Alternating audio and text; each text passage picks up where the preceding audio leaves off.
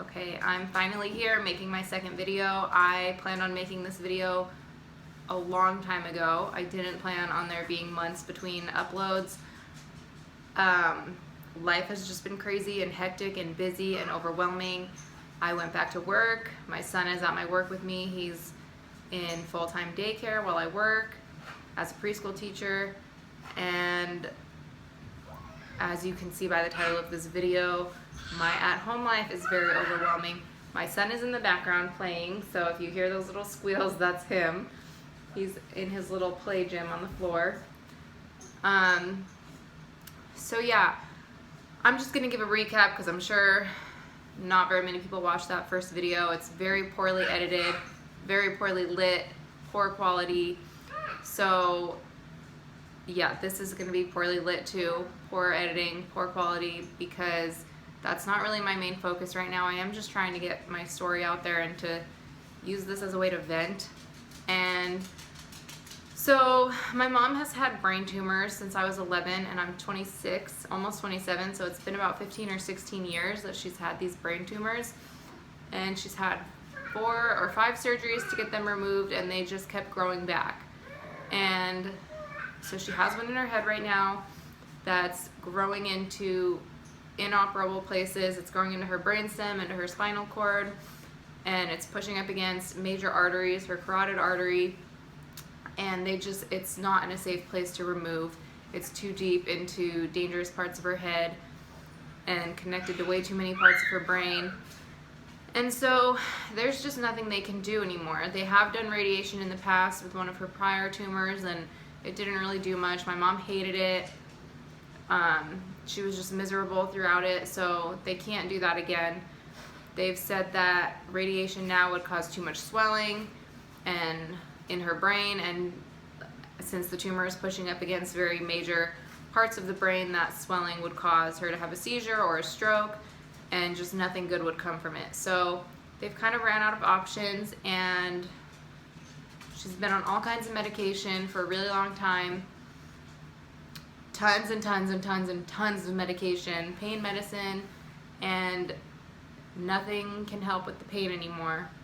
And yeah, we're just out of options. So she's been on hospice for a few months now, and she's kind of been weighing her options too. Like, she was kind of unsure what to do, or like, you can only be on hospice for 6 months at a time, and her 6 months seem to be coming to an end with not much change. And her situation is very unique in the way that they can't give her an estimate of how of a life expectancy time as they can for cancer patients or other people with terminal illnesses. They can look at, you know, your test results and stuff, and they can give you an estimated amount of time, and they can't do that with my mom because it's just a matter of how she's just in pain. The tumor's there, and it's a matter of if and when it's gonna cause her to have a seizure or a stroke, or cause her to go paralyzed or blind or lose her speech or whatever. And yeah, so they can't give an estimate, but she's in such an incredible amount of pain that she just doesn't want to experience it anymore. And so she spoke to her hospice team, and she talked to them about getting life-ending medication. And at first they said, like, no, we can't approve that because we only approve that for people that we know have a short life expectancy and that their life would be ending soon anyways. We're just, you know, helping it move a little faster and not making them experience the painful, you know, last month or two.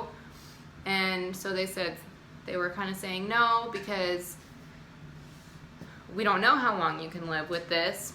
And so my mom kind of, you know, spoke up and gave her opinion and said, well, that's not fair because we don't know with mine, but I'm in such bad pain. I'm in horrible pain.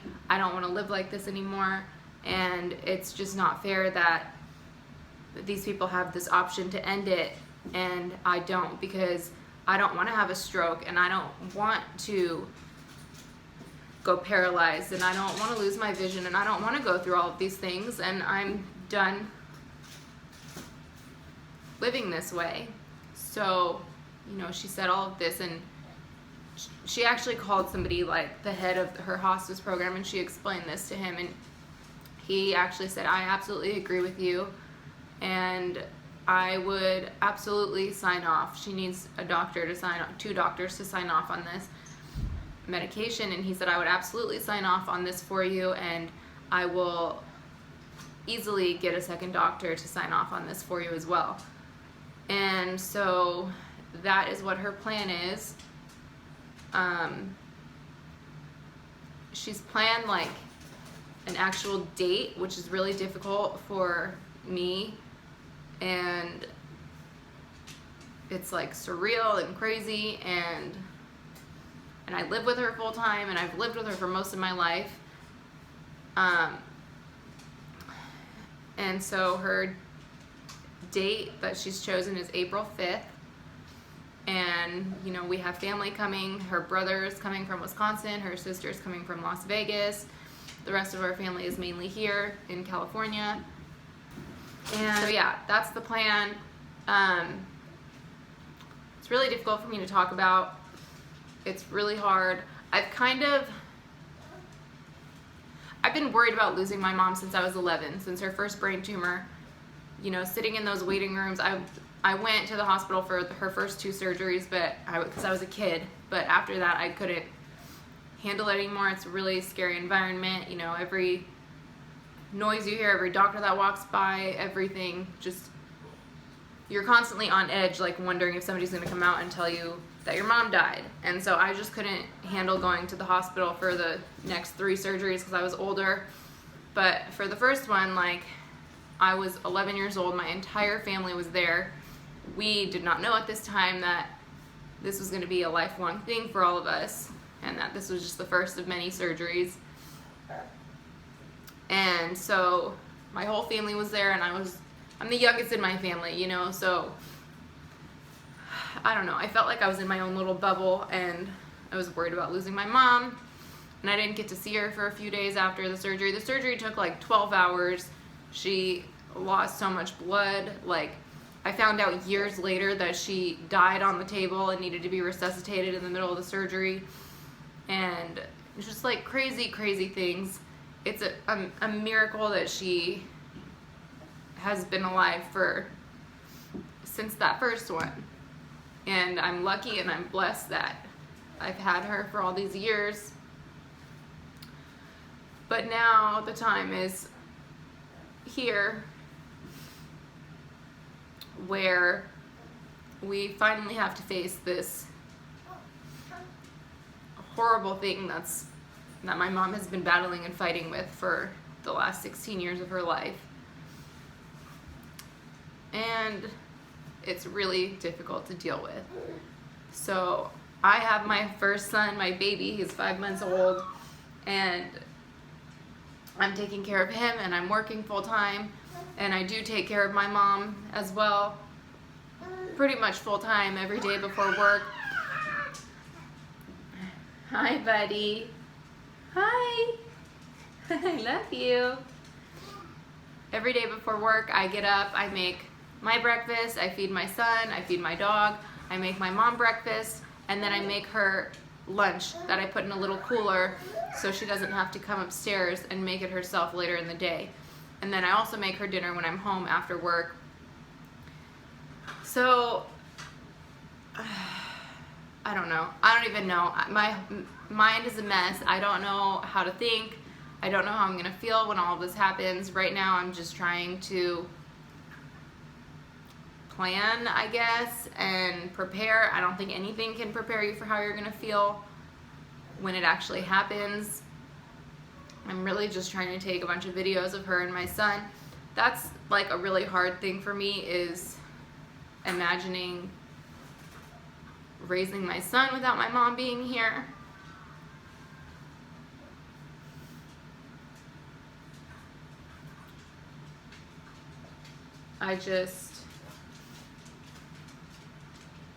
I'm sad that he's going to miss out on knowing her. And I'm sad that she's not going to be able to see me raise him and just see him grow up and see who he's going to turn into be.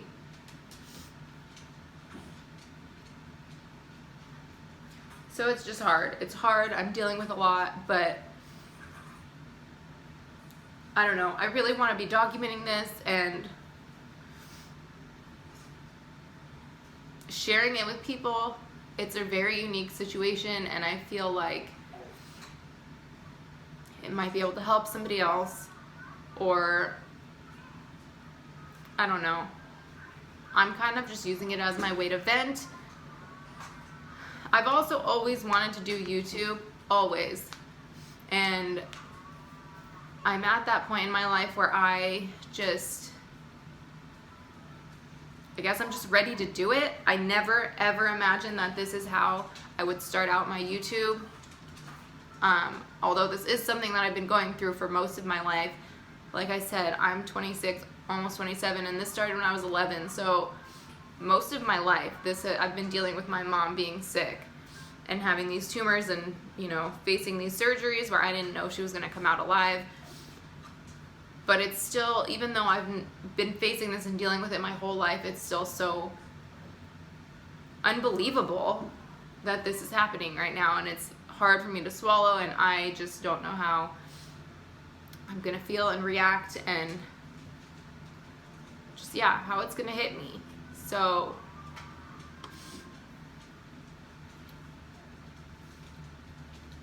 my mom is ready to be out of pain.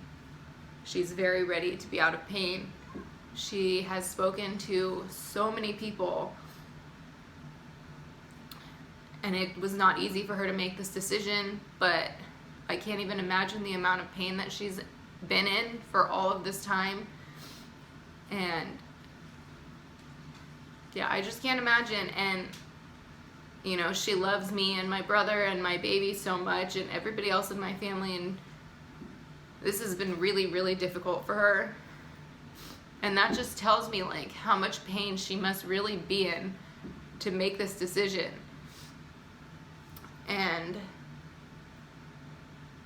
so I'm trying to be supportive as I can. I mean, I am. It's just really, it's difficult to, like, balance all to, I don't know. It's difficult to, it's hard because you always want to think, what if there is somebody out there who can get this tumor out? What if she doesn't do this and she ends up living 10 more years and she doesn't have a seizure and she doesn't go paralyzed? But then I just have to remind myself, like, she's in so much pain. She's not happy. I mean, she doesn't leave the house. She lays on the couch all day, and she watches TV, and she just sleeps throughout the day, and that's her life. So she doesn't have a good quality of life. And I feel like all the reasons that I'm, like, struggling with this so much are selfish, because I want her here for me and for my baby, and because I'm not ready to say goodbye to her. But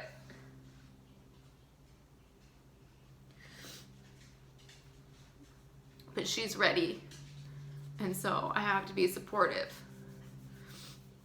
And yeah, so like I said, I'm just really trying my best to prepare for that. I'm taking tons of videos and pictures of her and my son. I'm trying to spend as much time with her as I can.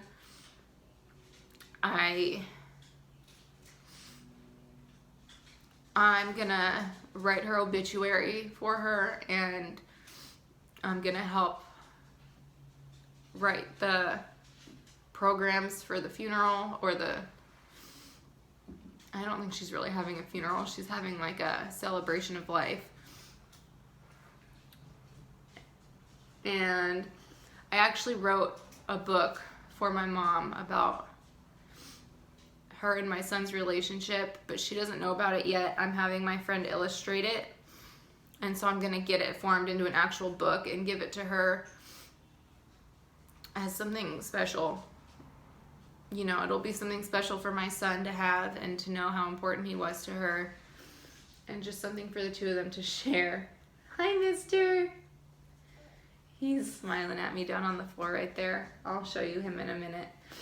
But yeah, so that's what I'm dealing with. I do think from here on out that I want to be making more regular videos. I'd like to keep updating you on the status of this and how everything's going and how I'm dealing with it and just how everything is progressing. So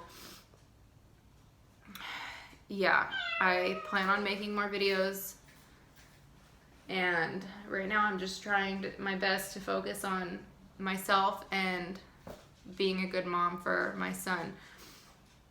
So it's really hard because my mom, I mean, I think most people's moms are like the most important person in the world to them. And of course my mom has always been that person. Of course my son is now the most important person in the world to me. But I'm trying to remind myself, like, to think about how important my mom is to me and how she means the world to me. She means absolutely everything to me. Like, this is horrible. Of course I don't want this to be happening. And it's like strange because now that I'm faced with this date and it's so close, I'm like thinking of all these memories growing up that I have not thought about in years. Like small things like going to a museum or like, I don't know, playing in our backyard, just like really little things, like things that she did for us, like going to the grocery store together. Like I'm thinking of all these random little things, and it's just strange how they're all like flooding back to me. But I'm reminding myself of all these little things and how important all of them were to me. And I'm reminding myself that that's now my job for my little human, Guinness. And that's helping me because, you know, I can put all my energy into him and being that important person that my mom was to me, to him. And so I feel so blessed and so lucky that I have him and that I had him at the time that I did. And I'm so happy that my mom had the opportunity to meet him and spend these months with him, and that he's gonna have pictures and videos of the two of them together. Caden. So yeah, this is a really difficult video for me to make. Obviously, I'm like holding back tears. I'm not looking at the camera, so please forgive me for that. It's gonna take a while for me to get used to just talking to a camera. It's still awkward for me, and I know that I'm being awkward, but I'm trying my best. I know it's still bad quality. The editing is gonna be bad, but okay, Kaden, you wanna come join?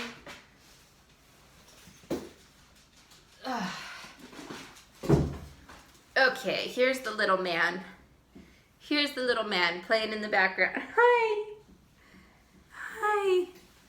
He was playing with my dog down on the floor, making all that noise.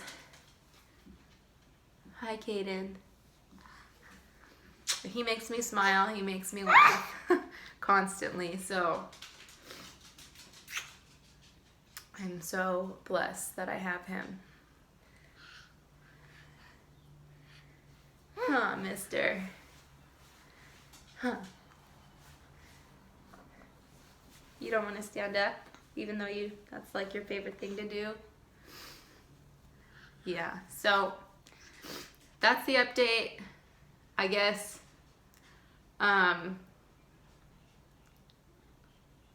Yeah, I don't really know what to say. I will be back with more videos. They're all probably going to be difficult. Like I said, this is not the way I planned on starting my YouTube channel.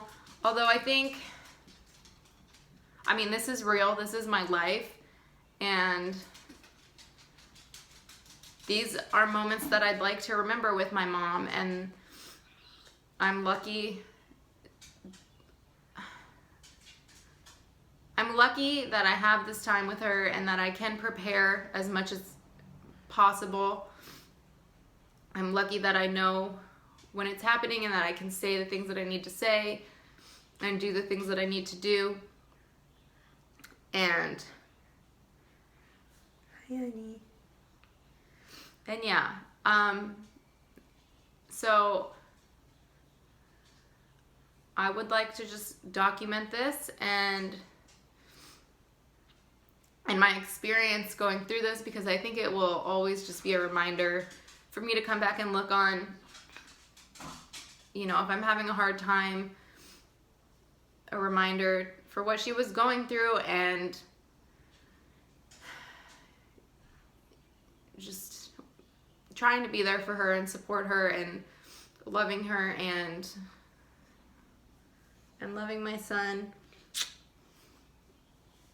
And just, yeah, it'll, I don't know, this isn't making much sense. I'm rambling, my head is, everything is just jumbled up, and yeah, but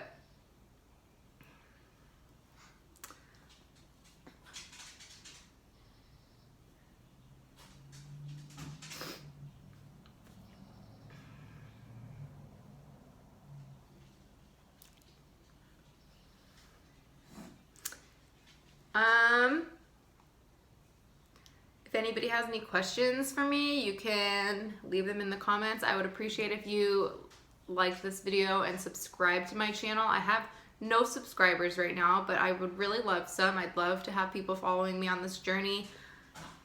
And yeah, if I can be helpful to anyone, or an outlet for somebody, or just anything, then, you know, that's helpful to me. And if nobody wants to follow this journey with me, then it will just be a journey for myself, and that's fine too. So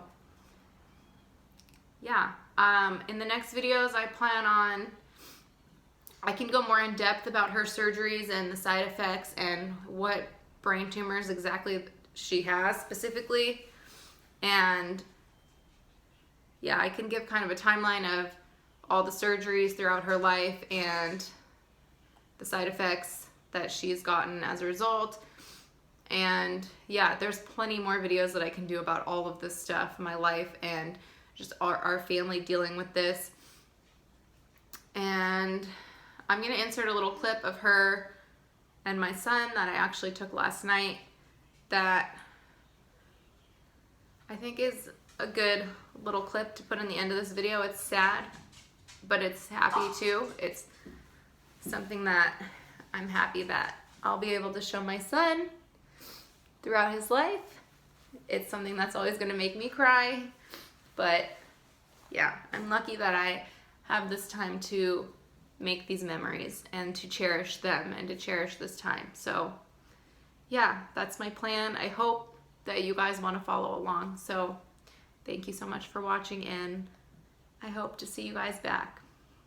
All right, bye. Say bye, Kaden. Bye. Bye, everyone. Bye. All right, bye, guys. Sweet dreams with the angel watching. All the angels, but one angel you're gonna have special really soon. I love you. Good night. See you in the morning light. Kidding me? I spent $9 on this coconut. See you in the morning light.